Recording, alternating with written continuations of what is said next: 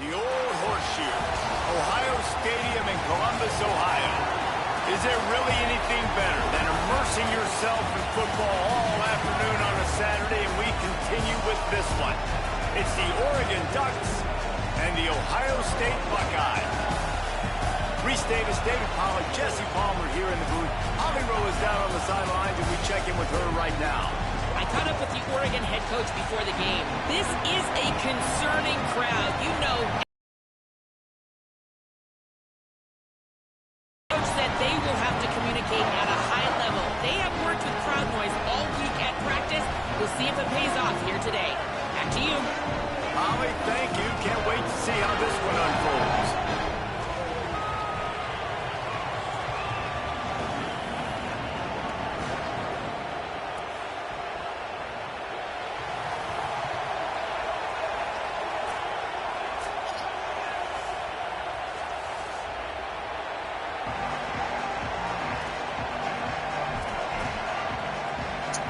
The Buckeyes ready to put toe to leather, and here we go.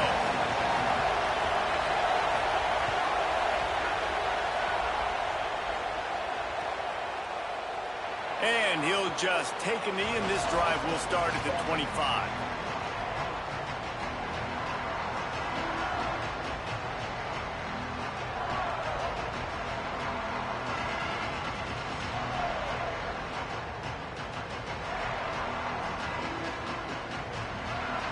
This is what we expected. This crowd ready to make its presence known. Takes the handoff. It's Davison. Surges across the 30, out to the 32, a 6-yard run. Coach is always hard about staying ahead of the chains, and when you can run with that type of efficiency on first down, man, you are doing just that. The run inside. It's Hill. Finding some room. That's the kind of play that can really get you going as they have a first down at the 43. Here's this offense with a fresh set of downs. Might as well run him until they stop him. He's got it again. And he'll find enough running room to get it just short of midfield at the 49. Well, one thing you know about Oregon is they're always loaded in the backfield. They had a couple of true freshmen a season ago in Davison and Hill Jr., who were absolutely outstanding. And you expect this season, David. Turning it on. Past the 20. And as a coach, you're just hoping your offense can take the field on the first series of the game and create a little bit of momentum, get into a rhythm. How about that running play? Hitting a home run early in this game. You know that's got the sidelines all juiced up. And he's got the extra point, and it's 7-0 to start this one.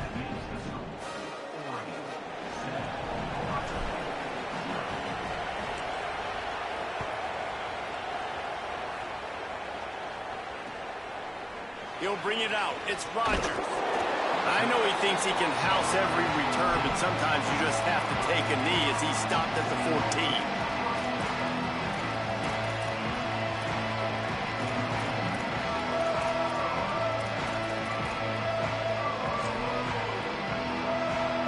Three tight ends in the formation on 1st and 10. Looking for space. It's Jackson. Well, there's a statement by the defensive line. First down play, expecting run, and they just dominated up front. Beat their one-on-ones and forced a tackle for a loss. A negative play to open the drive. Let's see what they've got on 2nd and 14. Say it. Bring in the heat. Get it out on the screen. Makes a grab and room to run. Got it out across the 50-yard line and not stopped until he brought it to the 47. We're going to try to get this guy the football as many ways as they can. You're going to see it, obviously, in the running game, but you're doing a nice job in the pass game, too. Leaking him out of the backfield, working the right side of the field. That's a nice game by the offense. And a decent gain there before the defense makes the stop. And those body blows really, really matter. Like, I want to be able to hand the ball off to my running back 10, 15 times a game. Make the defense tackle them, wear them out. Sometimes these 3 to 4 yard runs, later in football games, they turn into 5 to 15 to 20-yard gains. Just move the ball on the ball effect. Well, in the last 2 plays, they've given this guy the ball, and he's done a really nice job, shown really nice vision. He's gotten what's available to him. He hasn't broken off the 60-yarder quite yet, but he is doing a nice job of putting this offense now in a very manageable third down situation. Third down conversions are huge, and they've got one, and they're at the 35. And you got to love that third down, man. Third and short, you've got to be the more physical team. And listen, it's magnified, right? Because the offense just gave up a touchdown. On the opening drive, like, you don't want to punt the football. So nice job being physical on third and short. Fires deep toward the end zone. Touchdown, Ohio State. They took a shot to the end zone and found 6 points waiting on them. Each and every week, I think this coaching staff does such a good job of scheming ways to get this guy the football in the passing game, and defenses can't cover him. With that last catch, this now his 10th receiving touchdown on the season.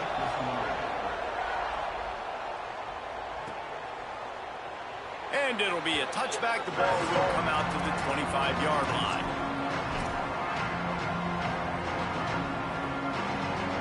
And Oregon has it back, and here comes the offense. Took the last drive in for a touchdown. They'll try to do it again on this one. Throwing more with the catch. It's Johnson. At the 45 on his way. Sprinting away. The 20. Oh, my God. And he eluded the defense, and he'll take it all the way. Touchdown, Oregon. And how about the big tight end doing the work for the quarterback, man? Nice, short, safe throw. And how about the speed, the athletic ability? You've seen the evolution of the tight end in the history of football, and this is exactly why. They went from being a big target to now a guy that can make plays after the catch and make big home run plays like he did right there. Here he comes with the return. Really disciplined job by the coverage unit to get down there and make the state offense onto the field. This feels like one of those games you might have to answer every score. Already down 14-7. Out of the chute, quick toss to the right. And he's tackled, but there's also a flag on the field. Let's see what the call is. A solid gain on that one, and it goes right on as the penalty will back them up. So it's now 1st and 20 after that holding call. Quarterback making checks. Here's Julian Sayin to throw. Looking to the big tight end. Got his man downfield. They'll move the chains after he gets it to the 43-yard line. What a throw on 1st down on the first play of the drive. And I think sometimes quarterbacks are given an alert on a specific play. And what that means is maybe the ball was supposed to go to somebody else. But in pre-snap, if the quarterback sees a matchup he likes, he's given the green light to take the shot. And I think that's exactly what happened on that play. And they'll bring him down after a short pickup. I think there's a couple schools of thought in how you run the football and how you throw the football. Like, some people say, I run the football to set up the throw, right? To get people aggressive. But this offense kind of took it the other direction, right? They came out throwing the football, now soften them up. Now let's see if they can start to get that ground game going. Fired that thing out in a heartbeat, but it's incomplete. Sometimes it takes quarterbacks a few plays to really get into the rhythm of the game and not force things. I think the quarterback that time is really trying to force the ball to his wide receiver, but it gets man coverage. There were other guys on that play. There's a crease. Nice pickup there. Gets him the 1st down and sets him up at the 45-yard line. The Buckeyes look to keep this drive humming. Julian with the play fake. Oh, he does. Firing to the right, complete. Lowers those pads. Just what this offense was looking for. Sets him up at the 26 with the first down. And the Buckeyes come to the line with a new set of downs. Keeping it on the ground inside. It's Jackson. Pulled down after a nice run, and they're in the red zone at the 19. And after that run, there is a player still down on the field. That appears to be their junior starting wide receiver, someone they obviously do not want to lose. Holly Rowe will keep us up to date on his situation. Sayin swings it out to the flat. That completion takes them down to the 7-yard line, and they are ready to strike.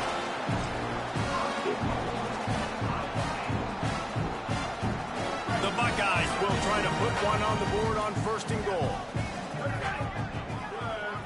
Dropping back, it's Sayin.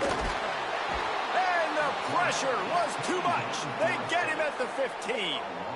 And the defense gets a sack, and that's going to be the big determining factor in this football game. A week ago, he only got sacked one time. They've already got him on the ground. If they want to win this football game, they got to keep getting after the quarterback. Can't make the grab as he was looking for his man right at the goal line.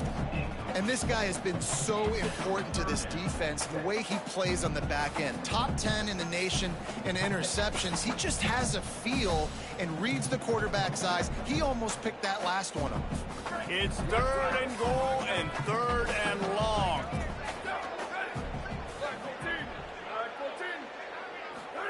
Sayin from the gun on 3rd down. He's got it on the run. He'll be stopped short. It'll be 4th down, and let's see what the decision is here. The Buckeyes headed quickly to the line.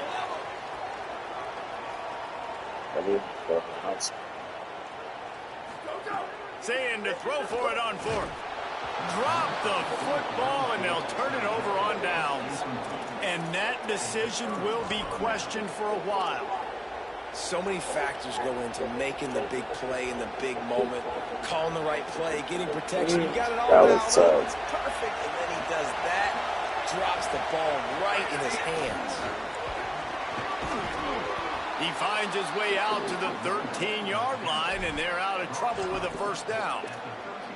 The Ducks get a fresh set of I got no choice, I guess. Finish on that play. Fast is the word. I really don't want to scream. I ain't gonna lie. It's always guys that can get the football, get downhill, get back in the line of scrimmage, run the next play really fast, but it always starts with the ground game. But it's a crazy delay, so it's like... Coming out, attacking from deep in their own end, and they're out at the 26 with the 1st down. We'll see if they have enough time to get another snap before the clock hits 0. More play action. Makes the grab. It's Hill. No, I'm good right now. Everything's good. Wrap up this 1st period. That's the end of the period, and Oregon has the lead. I mean, if it starts tripping, I'll definitely cut. I'm good right now. Oh, fucking insane.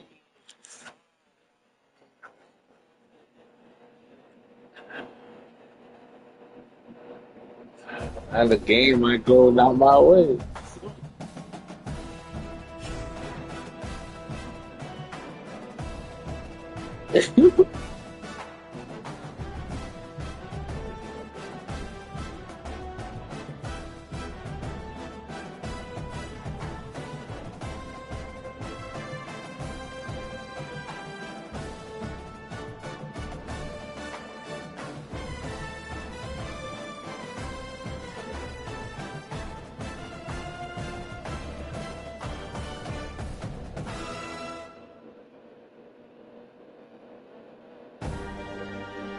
Yeah.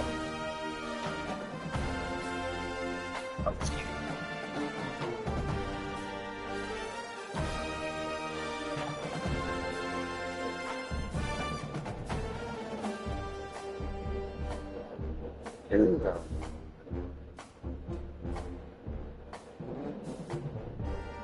I think I was finna open up on his ass.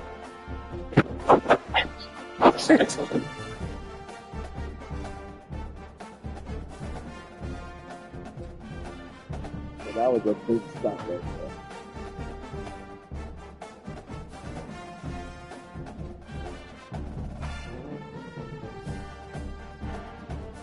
He said tomorrow. He won't play tomorrow. Why? Yeah, I guess tomorrow. Well,